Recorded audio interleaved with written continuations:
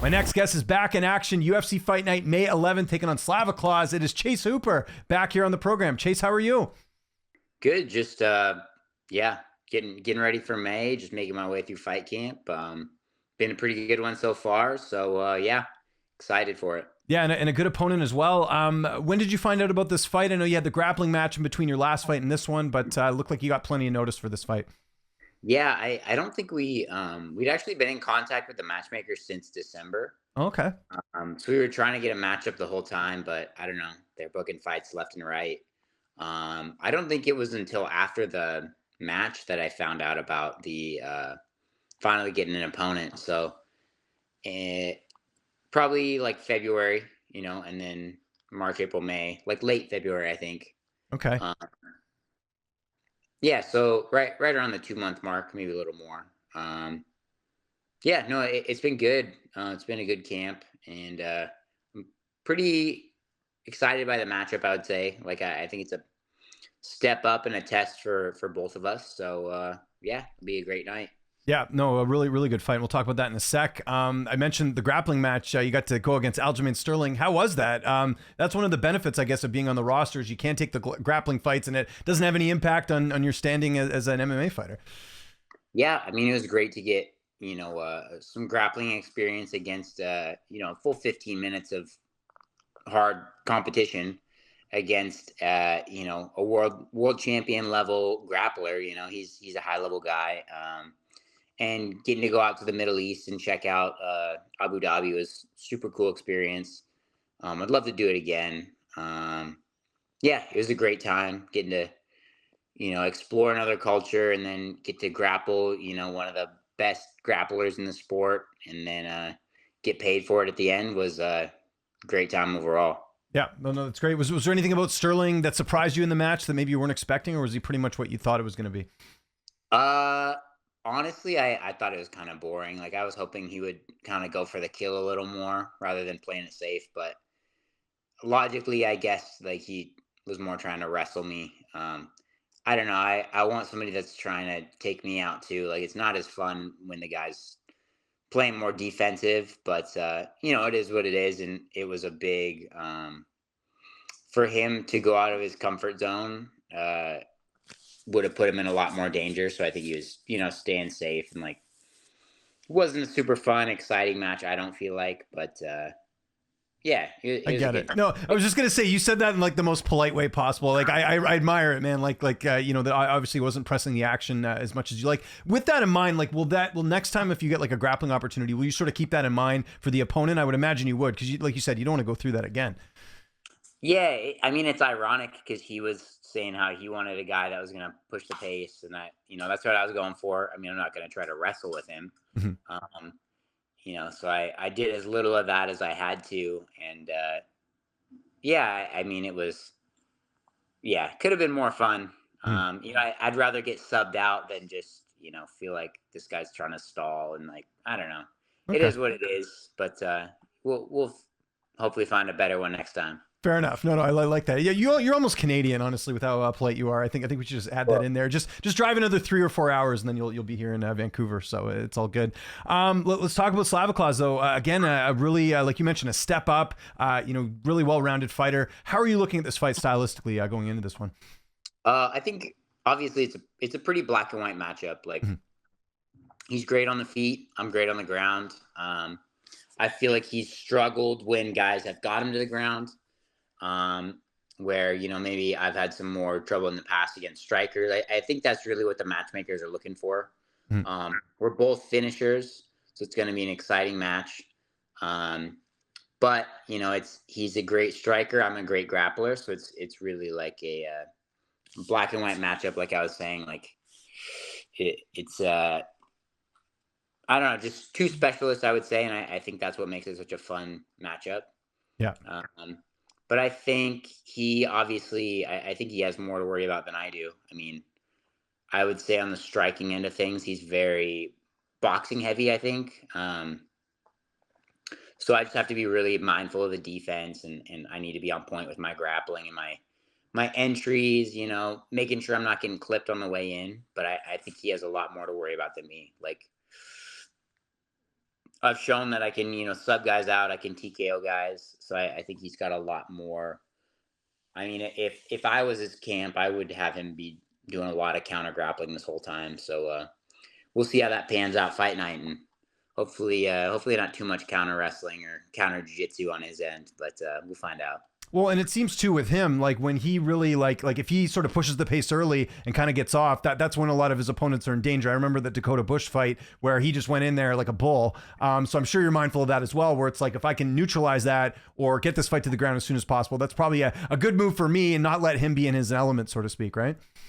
Yeah, for sure. I mean, I think he has a lot of experience, but I think being an older guy, like he came from the K1 scene. That's right. Yeah. He came from the kickboxing side of things, where it's very different than MMA. Like we're adding a lot more elements now, and he doesn't have as much MMA experience. Like I almost have as many UFC fights as he has pro fights. Like this will be my 9th UFC fight, and it'll be his 11th pro fight. So it's not too much of an experience gap, like with just my UFC experience and his total MMA experience. So it's kind of I think I'm a little more accustomed to the rule set, and maybe I'll be able to make some veteran plays in the moment, hopefully. And yeah, I think he comes out hard, but I'm game. I think he's really tough mentally, which I can respect that for sure. I've seen him put in some rough positions and come back firing out of them.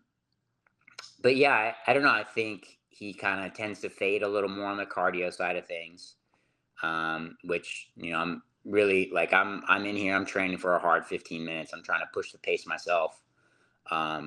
So yeah, I mean, and he's also fought a lot of shorter opponents where I think I'm gonna have the reach advantage on him.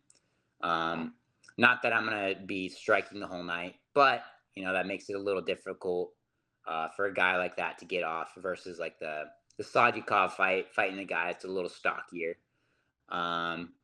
Yeah, I think I have a lot of stuff in my favor, and we'll see how it plays out on fight night. Training camp. I know you've done some cross training with Stephen Wonderboy Thompson. Usually when you don't have something scheduled. So between your last fight and this fight, has there been any of that, or is there any plans to do that as we have a little bit of time here before the fight? No, just honestly staying home, cross training with some of the local teams around here. Like I've mentioned it before. Like I love the South Carolina guys. I love training with them. Right. I just felt like for this camp, I wanted more of like a boxer that was going to try and walk me down. So I've been trying to kind of seek those out a little more closer to home, where I don't have to fly, across the country, and Well, I imagine too with your wife as well. Like you probably want to be Yeah. home too for any like appointments or any of that stuff too, right? So Yeah, for the appointments, and I just don't want to leave my pregnant wife to go halfway across the country if I feel like I can find the looks that I need locally, which I feel like I found some great guys out here to cross train with, getting some really good sparring in this camp, and yeah, just trying to get guys that are gonna try and walk me down and fight in the pocket and beat me up a little, and yeah, I think I've been doing a great job of that, and yeah, so it's worked out. I feel like the karate guys are a lot more counter strikers. They play a rangier game, so I was looking for something a little dirtier, a little grimier, and yeah, I think we found it for sure.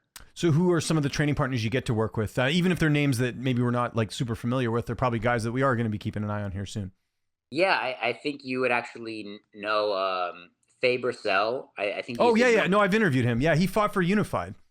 I think he has the belt there still. He does. So the thing with Faye, he beat Ryan Ford. That was like a huge thing because obviously Ryan's like an Edmonton guy, and Faye went in his backyard and took care of business. Yeah, I know Faye quite well. Yeah, training with Ivan Salivary, like his team up there in Seattle. Awesome, legend, UFC veteran. Got to mention that. No, he doesn't get enough credit, Ivan. He's quite the tactician. So yeah, he's a great guy and a great team full of guys.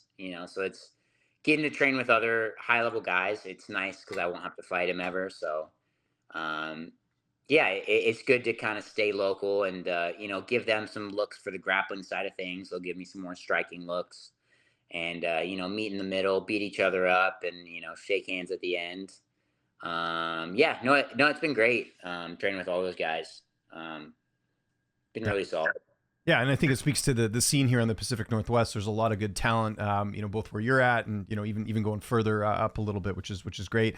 Is the weight cut even a thing? I know, like, since you've moved up, it seems like it's we don't even really have to focus on it too much. I know you're still cutting weight, but how's all that going ahead of the fight? Seems like you've got it kind of hammered down.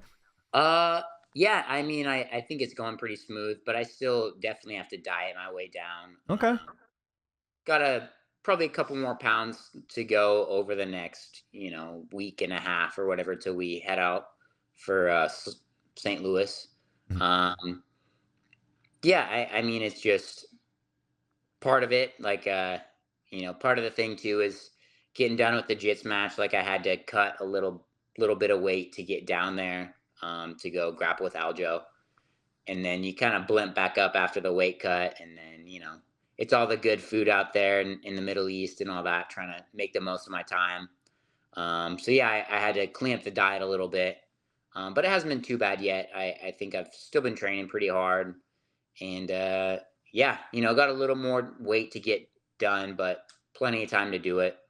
And then we got the water cut, and that's, I don't know. It's not fun, but it's at least a short period of suffering. Yeah, and it's not like what it used to be going to 45 either, right? So that's another thing. It's not like the whole focus of the camp. It's like part of the camp, right? So it's a little bit different. Yeah, definitely. And I'm still able to, spar hard and train hard. So yeah, it's been great.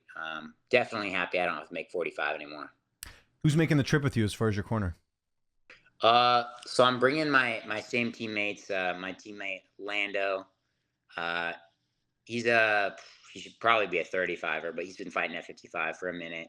My heavyweight buddy Eli, he's coming out. He's the comic relief, and I'm bringing another one of our kids out, Cam. He's a killer. He'll be pro soon enough.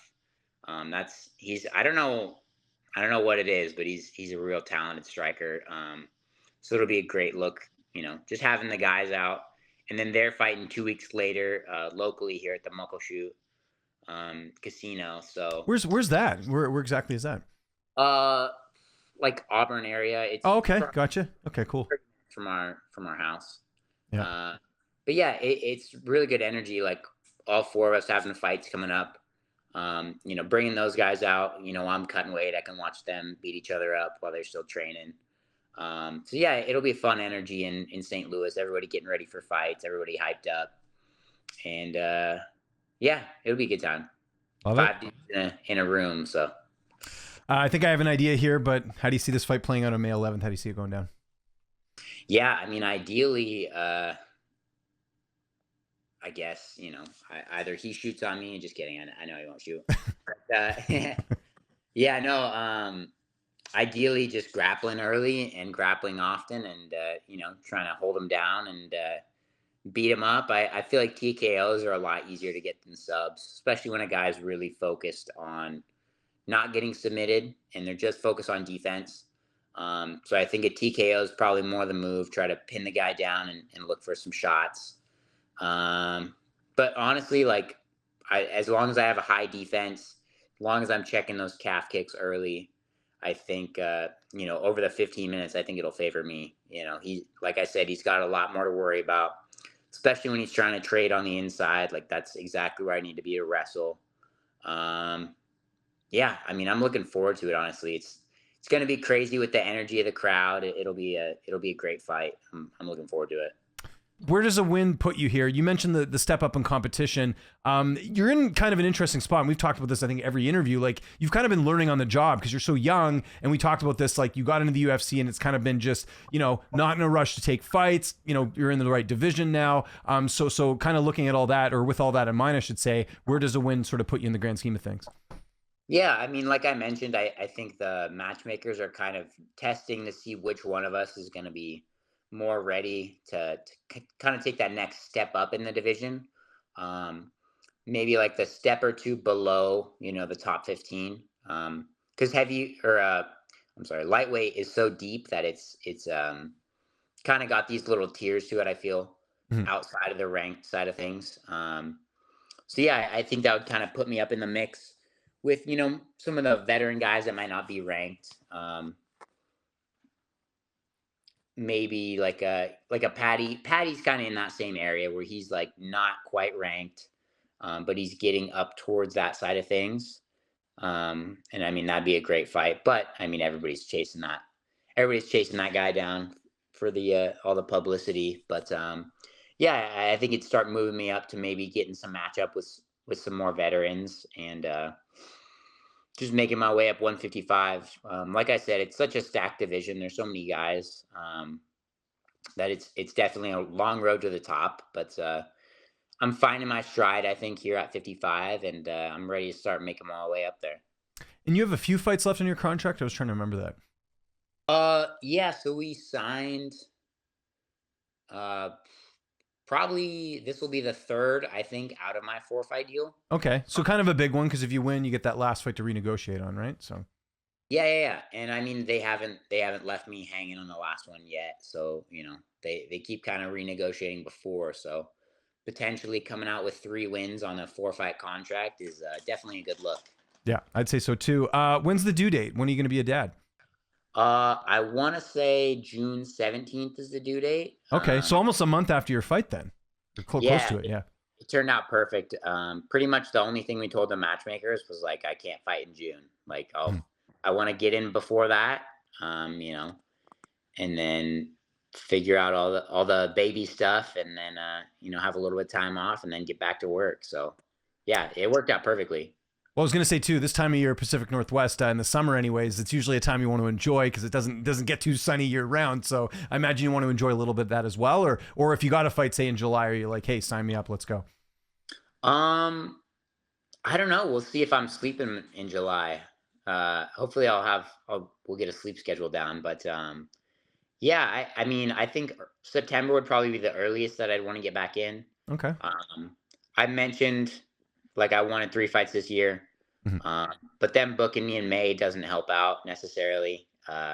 Like I said, we were talking to them from December onward, so they're busy, but we'll see if I'm able to get 3 fights this year. September would probably be the best time. September and then maybe like December.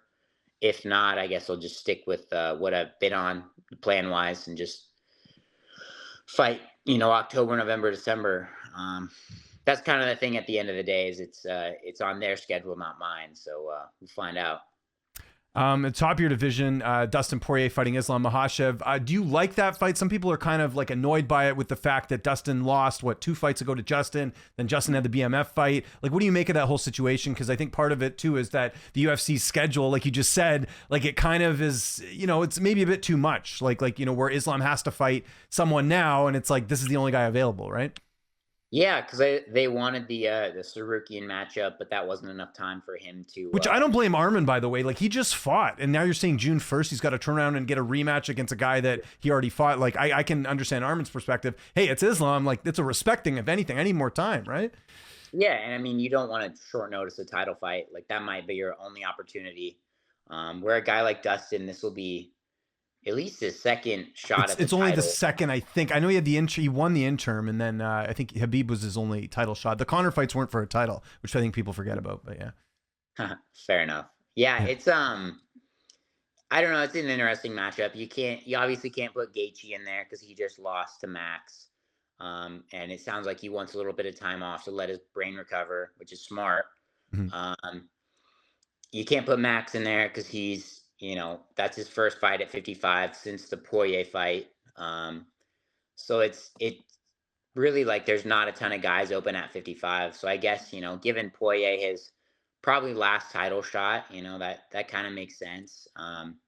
He's definitely getting older. And he's still, I think the company likes him a lot and he's a fan favorite.